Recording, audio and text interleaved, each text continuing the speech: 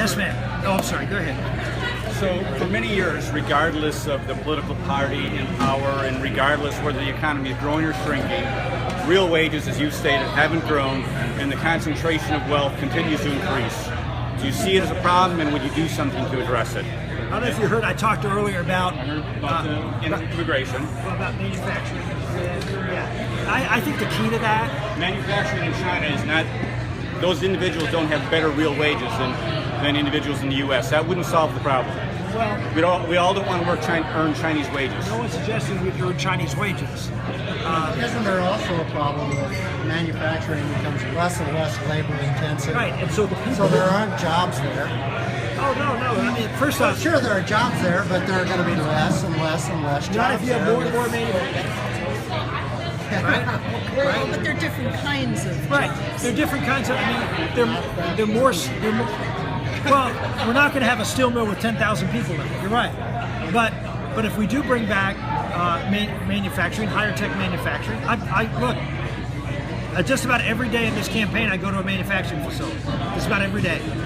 And you know what? There are a lot of people working in those facilities, and they're skilled, and they're making decent wages, and they're making decent benefits, and the answer is to have more of them. And you say, well, you know, they're not going to employ 1,000 people to shop. That's fine. I'll take 1,000 places employing 10.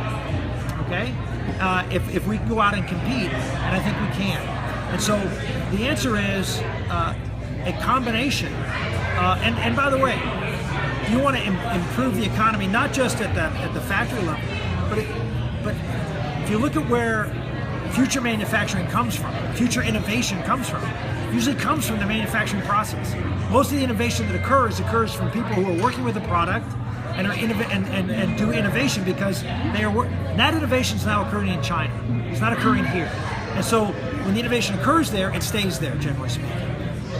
The innovation occurs here, it stays here. And so you talk about lower wages. We have advantages over China that China. Number one, we have very low cost energy in America. And we are, as far as the eye can see, going to have very cheap natural gas. And obviously very cheap oil right now. That's going to have a huge cost differential that helps undermine China. Number two, we have patent protections.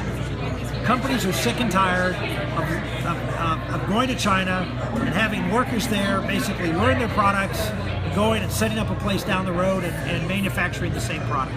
So there's a more of an inclination, given what China is doing, to bring more of those jobs back here to protect their patents and protect their products. So there's all sorts of reasons for access to market, currency devaluations. I mean, you have a much more stable currency here in America than you do in China. Again, we have advantages here. We just have too many disadvantages. Corporate income tax. Our tax code is horribly punitive to manufacturing here in America. Our trade policies, we don't enforce our trade policy, which again can be very damaging to manufacturers here. So there's a regulatory policy. We need to look at our regulatory policy in light of, yes, we want a clean environment and a safe workplace, but we want to have jobs here too. And that if we can, I make this argument all the time.